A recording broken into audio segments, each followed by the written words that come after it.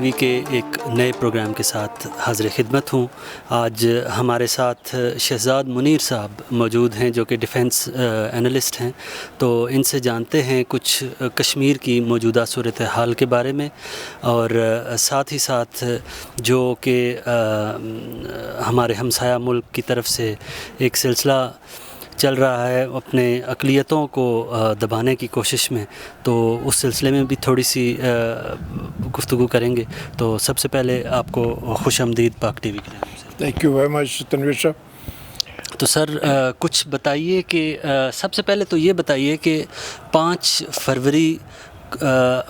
ہم مناتے ہیں یوم یکجہتی کشمیر کے نام پر، تو یہ اس کا پہلے تو کچھ پس منظر بتائیے ہمیں کہ یہ ہے کیا، یہ کب سے یہ شروع کیا گیا اور کیوں شروع کیا گیا؟ Thank you very much Tanveer صاحب۔ میری دانست میں یا میرے جو میں نے مطالعہ کیا، اور میں یہ بھی کہہ سکتا ہوں جو میں نے مشاہدہ کیا، اس لیے کہ پاکستان جب بنا تو میری اس وقت عمر 1 سال تھی، اور اس کے بعد پھر جوں شعور میں یہ چیزیں آئی تو مجھے اپنے وطن کی، میں بنیادی طور پہ کشمیری ہوں، میرے خاندان نے کشمیر سے ہجرت کر کے پاکستان میں آ کر کے پناہ لی۔ میں یہ سمجھتا ہوں کہ یہ اس کی، جیسے پہلے میں نے ایک پروگرام میں عرض کیا تھا کہ جن اصولوں کے اوپر ہندوستان کی انگریز حکومت نے تقسیم کو قبول کیا تھا، وہ یہ تھا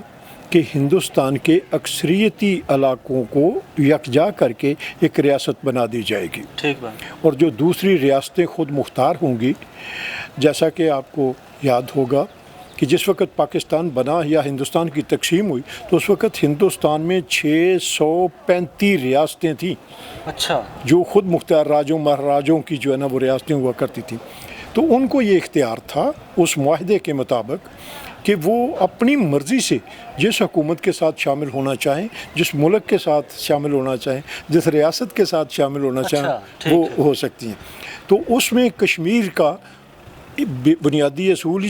جو یہ تھا کہ اکثریتی علاقہ جو ہے نا وہ مسلمانوں کا تھا، ٹھیک بات، 99% کے قریب جو ہے نا وہ اس وقت آبادی تھی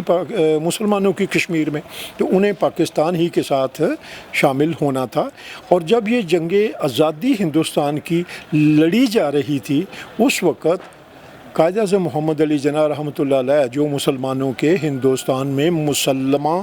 اور مصدقہ اور جرأت مند لیڈر تھے، انہوں نے کشمیر میں جا کر کے ان کی علاقائی اور موجودہ جو سیاسی قیادت تھی ان سے ملاقاتیں کی، اور انہوں نے کہا کہ ہم انشاءاللہ اتحاد پاکستان کے ساتھ کریں گے۔ یہ سلسلہ چل رہا تھا۔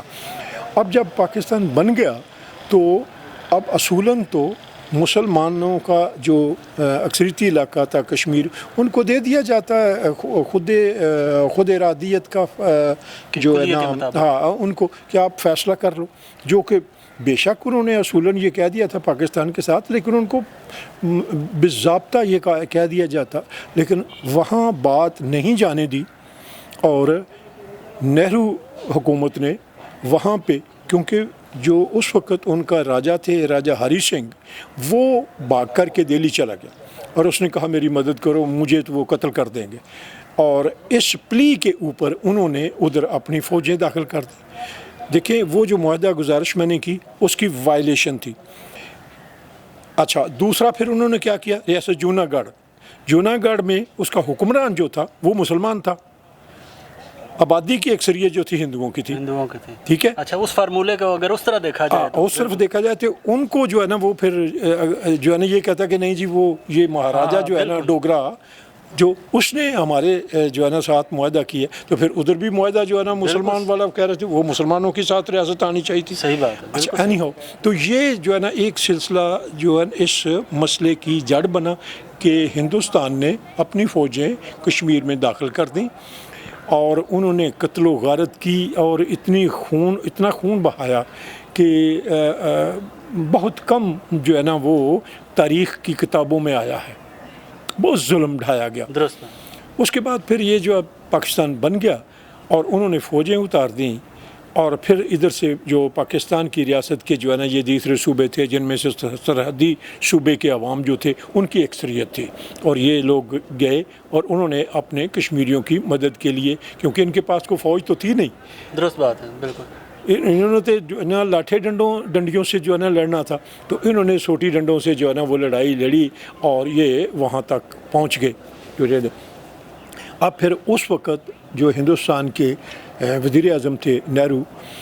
وہ جواہر لال نہرو، وہ چلے گئے اقوام متحدہ میں۔ انہوں نے باقاعدہ اقوام متحدہ میں یہ اپلیکیشن دی کہ ہماری ہندوستان اور پاکستان کی لڑائی شروع ہو گئی ہے کشمیر کے ڈسپیوٹ پہ، تو آپ ہماری اس میں مدد کریں۔ اقوام متحدہ نے رائے شماری کروائی جو ممالک ممبر تھے، اور انہوں نے یہ فیصلہ کیا کہ ٹھیک ہے، آپ دونوں لوگ جنگ بند کر دو،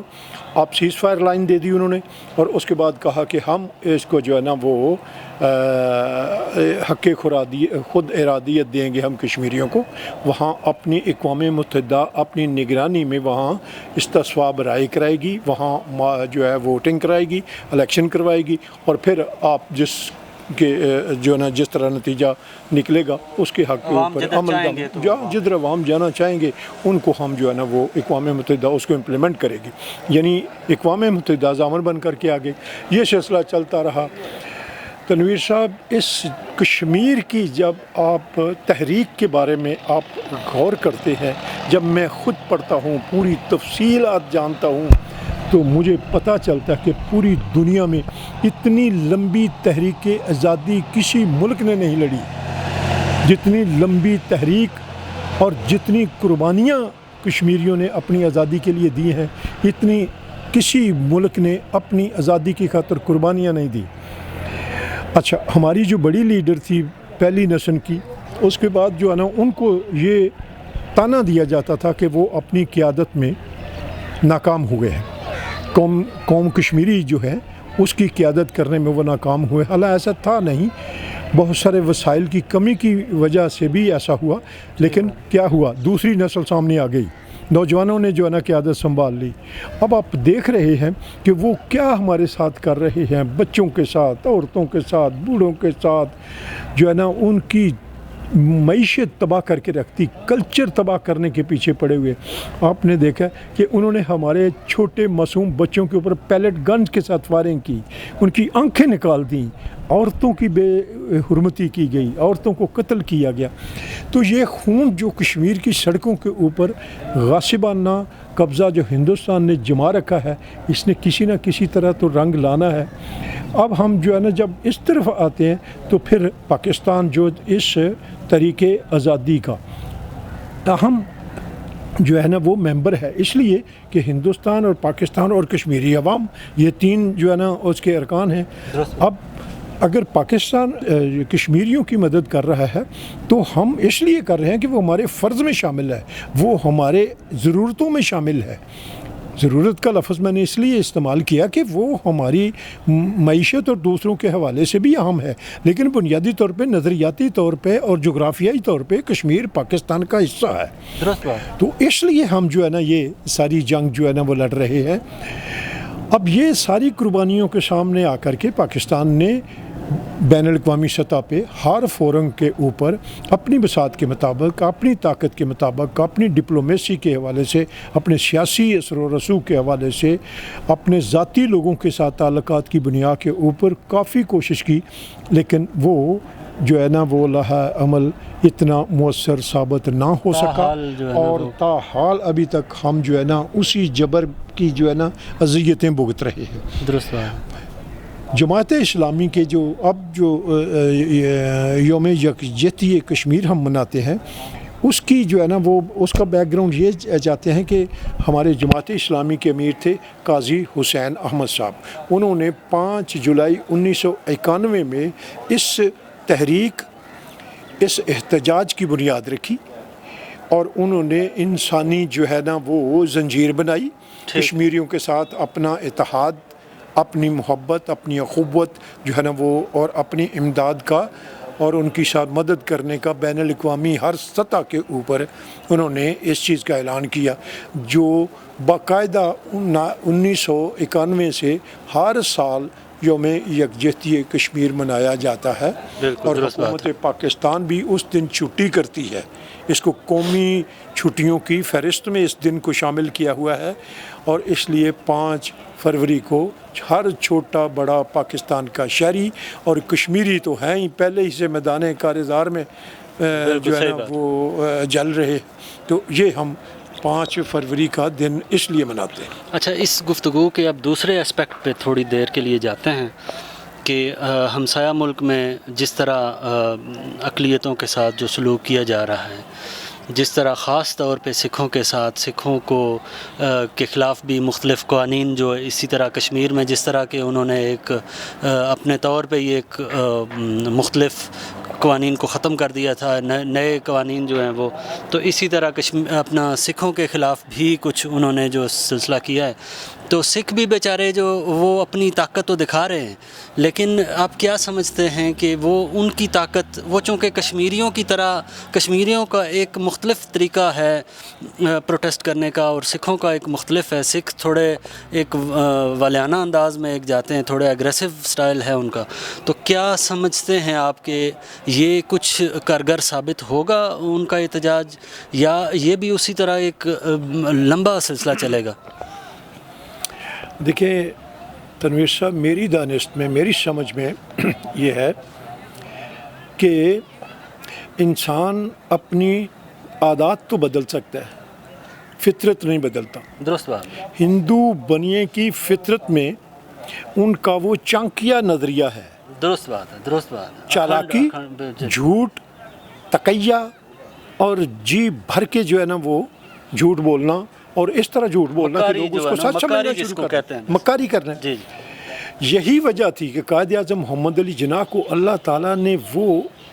دور اندیشی، وہ تدبر، وہ فکر جو ہے نا عطا کر رکھا تھا۔ وہ اس وقت جو کشمیر کے تھے شیخ عبداللہ اور دوسرے، ان لوگوں کو جا کر کے بتایا۔ یہی جو ہے نا، یہی سکھوں کے جو لیڈر تھے ماسٹر تارا سنگھ، اس کو جا کر کے قائد اعظم محمد علی جناح نے کہا، ماسٹر تارا سنگھ ایک وقت آئے گا تمہاری قوم تمہاری قبر کے اوپر جوتے مارے گی، میں تمہیں بتا رہا ہوں، تم نے ہندوؤں کو سمجھا نہیں، تم غلط فیصلہ کر رہے ہو، تم ہمارے ساتھ اتحاد کرو، تم ہمارے ساتھ اتحاد کرو، تیری قوم بھی آزاد ہوگی، تو بھی آزاد ہوگا۔ لیکن یہ آپ کو پتہ ہے کہ یہ جو اقتدار کی ہوس ہے نا، یہ بندے ہر فطری ہے، یہ ہر بندے کرے، تو لہٰذا ماسٹر تارا سنگھ اقتدار میں تو آ گیا، لیکن اس کے ساتھ حشر کیا ہوا۔ پھر آج دیکھ لیں کہ ان کی سکھوں کی قوم کے ساتھ، چونکہ وہ ان کا نظریاتی اختلاف تھا، اور اختلاف جو ہوتا ہے وہ دشمنی کی بنیاد کا پہلا زینہ ہوتا ہے۔ درست بات ہے، پہلے اختلاف ہوتا ہے، پھر دشمنی بڑھتی ہے۔ ایسا ہی ہوا۔ پھر آپ نے دیکھا کہ 1984 میں اندرا گاندھی نے جو ان کی جو ہے نا وہ سکھوں کے جو مذہبی مقام تھا ٹیمپل گولڈن، اس کو جو انہیں کہتے ہیں، یہ کیا مجھے گولڈن ٹیمپل، گولڈن ٹیمپل، تو اس کے اوپر انہیں حملہ کیا، اتنے سکھ جو ہے نا وہ تہہ تیگ کر دیے گئے۔ 84 کا واقعہ جی، یہ 1984 کا، اور بہت ہی تو اب وہ چیز سکھوں سے نکلی تو نہیں ہے، لیکن وہ حالات کے دباؤ میں ہے، حالات کے دباؤ میں ہے۔ میں نے وہ بھی مطالعہ کیا ہے کہ جن 2 سکھ نوجوانوں نے اندرا گاندھی کو قتل کیا تھا، تو وہ چھٹی پہ گئے ہوئے تھے، تو اور ان کے گھر والوں نے ان کو، ساتھیوں نے تانے دیے کہ تم اس کی رکھوالی کر رہے ہو، جو ہماری گولڈن ٹیمپل کی جو ہے نا وہ، اس نے ہمارے آبا کو، ہمارے بزرگوں کو، ہمارے بچوں کو، ہماری عورتوں کو وہاں گولڈن ٹیمپل میں تہہ کیا، ان کو قتل کیا، اس کی بے حرمتی کی ہمارے جو ہے نا مقدس مقام کی۔ اور وہ جب چھٹی سے واپس آئے تو واپسی پر انہوں نے جو ہے نا وہ اندرا گاندھی کا قتل کر دیا۔ یہ ہوتا ہے کہ جو کوئی اختلاف کسی جگہ کی، اس لیے جو ہے نا دانشور یہ کہتے ہیں کہ اختلاف خواہ کتنا ہی مختصر کیوں نہ ہو، اس کو ہمیشہ جو ہے نا حل کرنا چاہیے، اس کو چھوڑنا نہیں چاہیے۔ آج آواز کمزور ہے، کل وہ آواز جو ہے نا بڑی ہوگی۔ اور اسی احتجاج کے اوپر جو ہے نا وہ سکھوں کا، اب آپ دیکھ لیں کہ ان کے ساتھ جو ہے نا کیا، ابھی انہوں نے کتنی سی 2 لاکھ ٹرالیاں لے کر کے 2 لاکھ وہ ہندوستان میں جو ہے نا وہ گئے رہتے ہیں۔ تو یہ تحریک ختم نہیں ہوگی، یہ تحریک ختم نہیں ہوگی. سکھوں کی تحریک جو ہے نا وہ کشمیریوں کی تحریک سے مختلف ہوگی. اور اب شنید یہ ہے، خبروں میں یہ بتایا جا رہا ہے، میڈیا بتا رہا ہے کہ سکھوں کے جو فوجی لوگ ہیں ان کے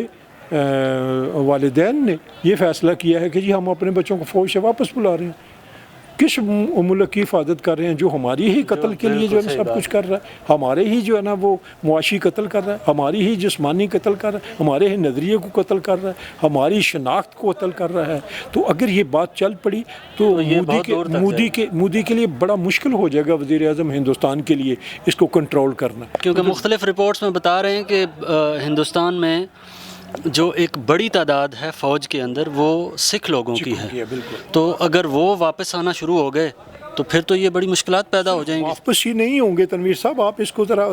کریں. اتنا یہ خلا پیدا ہی نہیں ہوگا،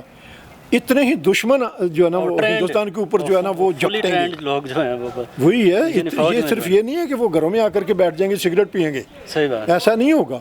انہوں نے تو پھر جو ہے نا وہ وائلیشن کر کے انہوں نے ہندوؤں کے اوپر جو ہے نا وہ ریٹیلیشن جو ہے وہ اپنے نیکسٹ گیئر میں رکھنی ہے. انہوں نے رد عمل کے طور پر حملہ بھی کرنا ہے. صحیح بات. تو اس کو شاید ہندوستان جو ہے نا برداشت نہیں کر پائے گا. اس لیے میری آپ کے اس چینل کی وساست سے ہر اس آدمی سے جو ہے نا گزارش ہے جو اس میں مؤثر کردار ادا کر سکتا ہے، بالخصوص بین الاقوامی میڈیا، کہ وہ اس آگ کو